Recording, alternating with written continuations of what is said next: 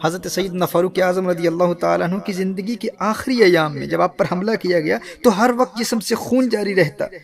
لیکن جب نماز کا وقت ہوتا اور انہیں بیدار کیا جاتا، اس شدید بیماری اور کمزوری کی حالت میں محترم احبہ غور کیجئے حضرت فاروق اعظم رضی اللہ تعالیٰ عنہ اس تکلیف میں کیا ارشاد فرماتے ہاں سنو، جو نماز کو ضائع کرتا ہے اس کا اسلام میں کوئی حصہ نہیں ہے، اور اسی حالت میں پھر نماز ادا کرتے۔ آج ہمارے ہاں کوئی بیمار ہو جائے اور کوئی اللہ کا نیک بندہ اس بیمار شخص کو نماز کی تلقین کرے تو رشتہ دار اس کے دشمن ہو جاتے ہیں۔ بھائی اسے اس کی بیماری کا خیال نہیں، اسے اس کی تکلیف کا خیال نہیں، یہ اس حالت میں بھی اس کو نماز کی دعوت دے رہا ہے، اسے شرم نہیں آتی؟ اور بے شرم و شرم تم کرو۔ آج اگر کوئی اسے نماز کی تلقین کر رہا ہے، نماز کی دعوت دے رہا ہے، تو اگر وہ اس دنیا سے اس حالت میں چلا گیا تو شاید اس نماز کی برکت سے اس کی آخرت سنور جائے، شاید دل سے توبہ کرے اور اللہ جل وعلا ماضی کے اس کے تمام گناہوں کو معاف کر دے۔ یہ تو اس کی آخرت کی دائمی زندگی سنوارنے کے لیے اسے دین کی دعوت دے رہا ہے، تم اسے کہہ رہے ہو تم شرم کرو۔ یعنی جو دین کی دعوت دے رہا ہے، نماز کی دعوت دے رہا ہے، اس کی آخرت کو بچانے کے لیے بیچارے نے ڈرتے ہوئے کہہ دیا ہے، تو تم اس کی قدر کرو، تم اس کا احترام کرو۔ بھائی وہ تمہارے بابے کی آخرت کو سنوارنے کے لیے اس کو دعوت دے رہا ہے۔ بھائی کسی بیمار کو نماز کے لیے بیدار کرنا دور حاضر میں تو بہت بڑی بات ہے۔ بیمار تو بیمار، آج ایک ماں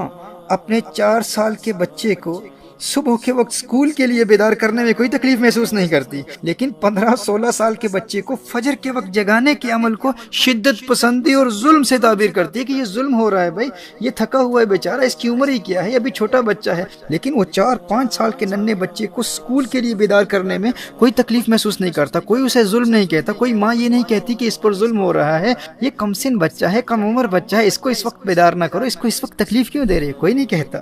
4-5 سال کے ننھے بچے کا دنیاوی مستقبل سنوارنے کے لیے اسے ہر تکلیف برداشت کرنے کی تربیت دی جاتی ہے، بلکہ باپ ماں سے ناراض ہو جاتا ہے کہ تو نے اسے اسکول کے لیے کیوں نہیں جگایا، لیکن 15 سال کے بچے کے دونوں جہانوں کے مستقبل کو برباد کرتے ہوئے کسی کو شرم نہیں آتی۔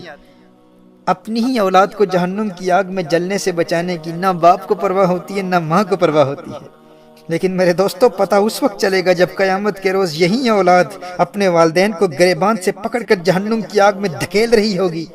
کہ ہماری آج کی بربادی کا سبب تم ہو، تم نے ہمیں اس مختصر زندگی کی کیریئر پلاننگ تو سکھا دی، لیکن تم نے ہمیں کبھی یہ نہیں بتایا تھا کہ فجر قضا ہو گئی تو لاکھوں برس جہنم کی آگ میں جلنا ہوگا۔ اس وقت بیٹا کہے گا کہ میں 5 سال کا تھا اور نرم بستر سے بیدار ہو جاتا تھا، کیونکہ تم نے مجھے پٹی ہی یہی پڑھائی تھی کہ اگر اسکول نہ گیا تو تمہارا کیریئر برباد ہو جائے گا، لوگوں کو کیا منہ دکھاؤ گے، تیری ناکامی پر لوگ ہنسیں گے، بڑے ہو کر ذلت و رسوائی کا سامنا کرنا پڑے گا، زمانے کے طعنوں اور غربت اور بھوک اور پیاس کو کیسے برداشت کرو گے؟ ہے میری ماں، ہے میرے ابو جی،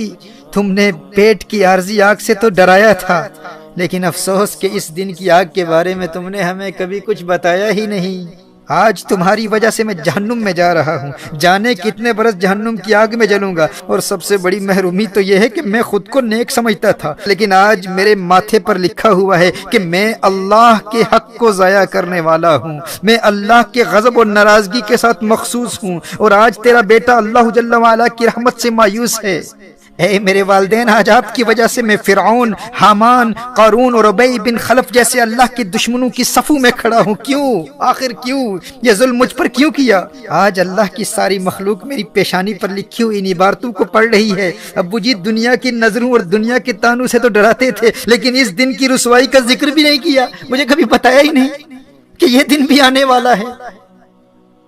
کاش کہ تم نے مجھے جگایا ہوتا، کاش کہ تم نے مجھے نماز کی اہمیت بتائی ہوتی۔ تمہیں فجر کے وقت میرے آرام کا بہت خیال تھا، اور پورا دن جب سکول میں گزار کر میں گھر واپس آتا تو ہوم ورک کے بارے میں بات کرتے، ہوم ورک کیا ہے یا نہیں، ٹیوشن پر بھیجنے کا اہتمام بھی کیا جاتا، اور جب میں ٹیوشن سے واپس آتا تو فوراً کہا جاتا اب آرام سے سو جاؤ کیونکہ ارلی مارننگ جاگنا ہے۔ عشاء کی نماز کے بارے میں مجھے کبھی تم نے بتایا ہی نہیں کہ عشاء بھی پڑھنی ہے۔ فجر کے وقت جگانے کا اہتمام کبھی تم نے کیا ہی نہیں، کیونکہ تمہیں میرے آرام کا بہت خیال تھا نا۔ ارے جب 5 سال کا تھا تو دنیا کی ناکامی کے ڈر سے اسکول کے لیے بیدار ہو جاتا تھا، تو 14 سال کی عمر میں آخرت کے عذاب سے بچنے کے لیے میں کیوں نہ بیدار ہوتا؟